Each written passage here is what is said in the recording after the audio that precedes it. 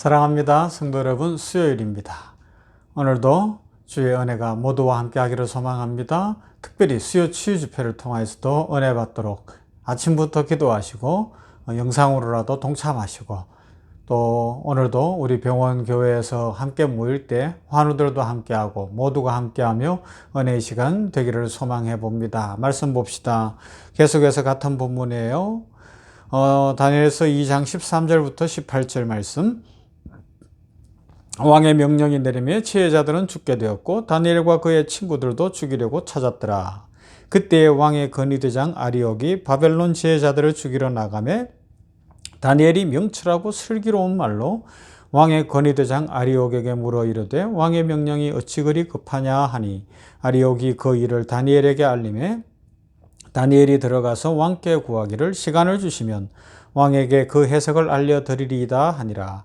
이에 다니엘이 자기 집으로 돌아가서 그 친구 하나냐와 미사엘과 아사랴에게 그 일을 알리고 하늘에 계신 하나님이 그 은밀한 일에 대하여 불쌍히 여기사 다니엘과 친구들이 바벨론의 다른 지혜자들과 함께 죽임을 당하지 않게 하시기를 그들로 하여금 구하게 하니라. 아멘. 하나님은 우리를 부르실 때에 십자가로 부르셨습니다. 그 십자가에서 세상이 나를 대하여 십자가에 못 박히고 내가 또한 세상을 대하여 못 박히는 것이 우리들의 삶이라는 것을 알려주셨습니다. 예수님의 사람은 그렇게 육체와 함께 정과 욕심을 십자가에 못 박은 사람이라고 갈라디아서 5장 24절에서 말씀하고 있지요. 자, 그렇다면 우리는 어떻게 살아야 되겠어요? 십자가에 못 박혔다. 십자가로 부름을 받았다. 이게 말로는 쉽게 듣는데 참 중요한 이야기거든요. 우리 성도의 신앙의 정체성을 보여주는 것입니다. 그것이 바로 다니엘이 보여준 모습이고 하나야, 미사엘, 아사랴가 보여준 모습인데요. 이렇게 생각해 보면 돼요. 우리가 십자가에 못 박힌 인생이 되었다. 그건 뭐예요? 이미 죽었다. 그리스도와 함께 죽었다. 그래서 다시 살리는 삶을 살게 되었다라는 건 죽음도 두려워하지 않는 인생이 되었다는 것이고요. 하나님만 믿으며 하나님의 영광을 위하여 살아가는 축복된 자리에 있게 되었다라는 것을 의미하는 것 아닐까요? 물론 그렇다고 할지라도 세상이 주는 공포에 또 압제에 폭력 앞에 두려워 떨 수밖에 없는 것이 우리 인생입니다. 하지만 우리가 십자가에 못 박혔고 십자가로 부르심을 받은 것을 분명히 믿고 있다면 우리는 예수님 안에 있기 때문에 자신감을 가질 수가 있어요. 확신을 가질 수가 있는 것입니다. 그래서 골로새서 1장 24절에서 사도 바울은 이런 고백을 하죠. 내가 이제 너희를 위하여 받는 괴로움을 기뻐하고 그리스도의 남은 고난을 그의 몸된 교회를 위하여 내 육체에 채우노라. 고난을 당하는 것을 두려워하지 않습니다. 교회를 위하여 자신의 육체에 채운다. 육체를 매에 맞기도 하고 돌에 맞기도 하고 파손당하기도 하며 어려웠지만 그래도 하나님이 함께 하시기 때문에 나는 이미 십자가에 못 박힌 인생, 나는 십자가에 달린 인생, 그렇기 때문에 걱정할 것이 없다, 염려할 것이 없다라는 그런 확신과 소망을 갖고 있는 사도 바울의 모습입니다.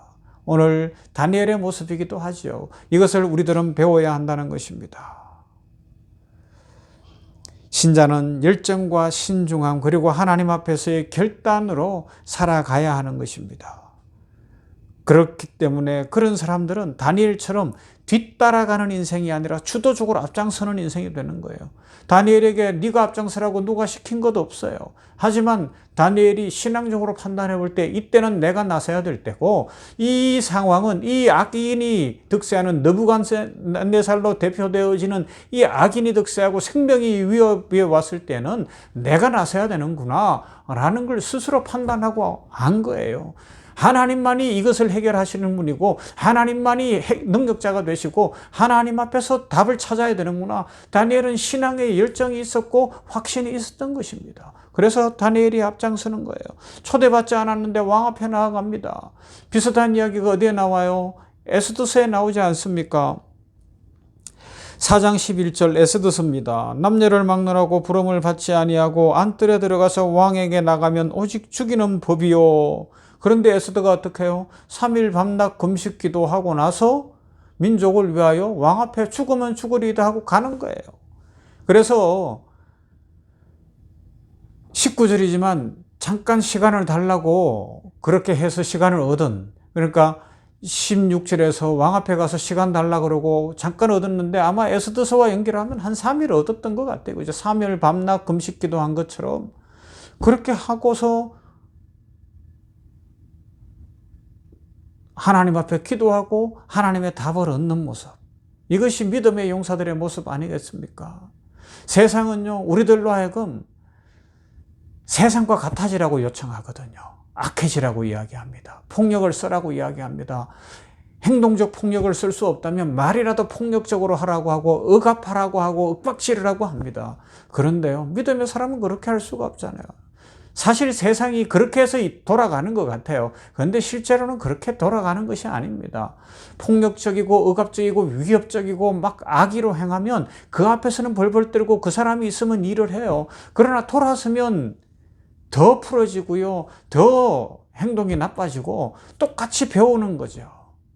결국 자기 이익만 챙기는 수준에 머물 수밖에 없는 거예요. 하지만 그런 사람들이 득세할 때에 오늘 십자가로 부름을 받은 하나님의 백성들은 다니엘처럼 에스더처럼 어떻게 해요? 죽으면 죽으리다 하고 하나님 앞에 결단하고 나서서 그 상황 전체를 바꾸어 버리는 그런 역사를 일으키게 된다는 것입니다. 다니엘의 용기 있는 행동은 그가 하나님을 확실히 믿는 데서 시작된 것 아니겠습니까? 그래서 그 꿈과 꿈의 의미를 알기 위한 기한을 요구하는데 어제도 말씀드린 것처럼 그 기한은 얼마라고요? 짧은 시간. 짧은 시간. 자기 생명 부지가 아니고 하나님 앞에 기도할 시간 얻고 있는 것입니다. 그래서 기도합니다. 17절, 18절을 다시 읽어볼게요. 이에 다니엘이 자기 집으로 돌아가서 그 친구 하나냐와 미사엘과 아사랴에게 그 일을 알리고 하늘에 계신 하나님이 그 은밀한 일에 대하여 불쌍히 여기사 다니엘과 친구들이 바벨론의 다른 지혜자들과 함께 죽임을 당하지 않게 하시기를 그들로 하여금 구하게 하니라.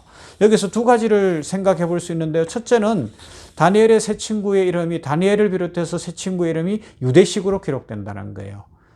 바벨론에서 바꾼 이름이 아니라 유대식. 성경 기자의 의도가 있죠. 성령의 의도가 있다는 겁니다. 뭐예요? 이들은 유대인으로서 신앙을 지키고 있다는 겁니다. 자신들의 이름을 바꾸는 것이 허용되었다 할지라도 그것을 쓰는 것이 아니라 유대 이름 그대로 어릴 적부터 배운 신앙의 기초 위에서 함께 4명이 모여 다니엘이 이런 상황에 내가 왕 앞에 가서 기도할 시간 얻었다. 함께 기도하자. 그러는 거예요. 그리고 무엇을 기도합니까? 18절에 있는 것처럼 은밀한 일에 대하여 불쌍히 여기사 다른 지혜자들과 함께 죽임을 당하지 않게 하시기를 그들로 하여금 구하게 하였다는 거예요. 하나님 은밀한 일 알려주십시오. 여기서 우리가 죽는 것이 하나님의 뜻이 아닌 줄로 믿습니다. 이 분명한 판단력이 있었던 거예요. 죽을 때냐 아니냐, 지금은 때가 아니라는 것입니다. 하나님이 역사하시는 때다. 하나님이 위기를 기회로 바꾸실 것이다. 그런데 그 기도 내용을 보면 하늘에 계신 하나님이여 그럽니다. 하늘에 계신 하나님이 이 은밀한 일에 대하여, 하늘에 계신 하나님, 어떤 하나님이에요? 전능하신 하나님. 어떤 전능하신 하나님? 바벨론의 역사도 하나님 손에 있습니다. 악하게 하는 저 느부갓네살의 생명과 그 인생도 하나님 손에 있습니다. 이걸 지금 고백하고 있는 거예요. 꿈과 꿈 내용과 꿈의 해석, 하나님 손에 있습니다. 하늘에 계신 하나님께 있음을 믿습니다. 창조의 하나님, 전능하신 하나님, 하나님만 믿습니다. 라고 고백하는 것입니다. 그러면서 그 배경에는 하나님을 인정하지 않는 이 세상 속에서, 이 하나님 모르는 사람들 속에서 하나님을 인정하오니 하나님이여 뜻을 드러내시옵소서, 하나님이여 영광을 드러내시옵소서, 하나님의 영광이 드러나시기를 원합니다. 라고 용기 있게 기도하고 있는 모습입니다. 오늘 이런 사람들이 일어나야 되지 않겠습니까? 하나님 앞에서 믿음의 결단을 하고 하나님이여 하나님의 뜻을 나타내시옵소서, 그러면서 전능하신 하나님을 선포할 수 있는 사람, 십자가로 부름을 받았기 때문에 믿음의 열정을 갖고 죽으면 죽으리다 하고 세상을 향하여 나아가고 하나님의 뜻을 실현할 수 있는 그런 사람들 말입니다. 오늘도 하나님은 우리를 그런 자리로 부르십니다. 이런 멋진 신앙의 모습을 가져보시지 않겠습니까? 결론적으로 다니엘처럼 지금은 믿음의 사람들이 나서야 될 때다라는 분명한 판단을 할 수 있는 영적 분별력을 갖게 되시기를 바랍니다. 그리고 하나님 앞에서 시간을 벌어 기도함으로 전능하신 하나님이여 역사하시옵소서라고 간구하며 생명을 살려주실 줄로 믿습니다 라고 간구할 수 있는 그런 은혜와 복을 누림으로 응답받고 인생이 복되시고 삶이 회복되어지고 축복을 누리게 되기를 주님의 이름으로 축원합니다. 사랑 많으신 아버지 하나님 감사합니다. 이 아침의 말씀을 생각했습니다. 계속해서 다니엘서를 살펴보면서 반복되지만 그 반복되는 말씀 속에 우리의 자리가 어떤 자리인지를 생각해 봅니다. 우리는 십자가로 부름을 받았는데 이미 십자가에서 정과 욕을 십자가에 못 박고 의에 대하여 살아나고 예수 그리스도로 산 우리들이 되었으니 그 믿음을 지키는 삶을 살게 하여 주시옵소서. 다니엘과 사드락과 메삭과 아벳느고로 이름 바뀌었던 하나야, 미사엘, 아사랴처럼 우리들도 믿음을 지키는 믿음의 용사들이 되게 하여 주시옵시고 하나님의 축복과 은혜를 누리게 하여 주시옵소서. 아버지 하나님이여, 아버지 하나님이여, 우리들도 전능하신 하나님, 하늘에 계신 하나님을 확실히 믿습니다. 세상의 역사의 주관자는 하나님이시고 생명의 주인도 하나님이심을 믿습니다. 악인들이 득세해도 악인들이 우리의 생명줄을 쥐고 있는 것이 아니라 하나님 손에 있음을 믿습니다. 그러므로 기도합니다. 우리들에게 지혜를 주시고 믿음을 주시고 능력을 주시어 세상을 바꾸고 악인의 득세함을 막아내고 이 세상을 평화와 신앙과 생명으로 바꾸어 갈 수 있도록 복을 내려 주시옵소서. 우리 병원교회를 축복하시는 하나님, 부흥을 주시기를 원합니다. 생명의 역사가 일어나는 교회가 되게 하여 주시옵시고 주일 예배 또 오늘 수요 치유 예배에 치유가 있고 전인의 강건함이 있게 하여 주시옵시며 진정 이 시대에 하나님의 뜻을 실현하는 하나님의 영광을 드러내는 다니엘과 하나야와 미사엘과 아사랴 같은 사람들이 많이 모이는 교회, 그런 사람들이 일어나는 우리 병원교회 되게 하여 주시옵소서. 부흥을 주옵소서. 머리 대신 예수 그리스도의 통치를 잘 받으며 성령 충만한 교회 되게 하시고 생명과 역사의 주인이신 하나님만 경배하게 하여 주시옵소서. 예수님 이름으로 기도하옵나이다. 아멘. 찬송합시다. 우리 같이 오늘 찬송가 302장 찬송합니다.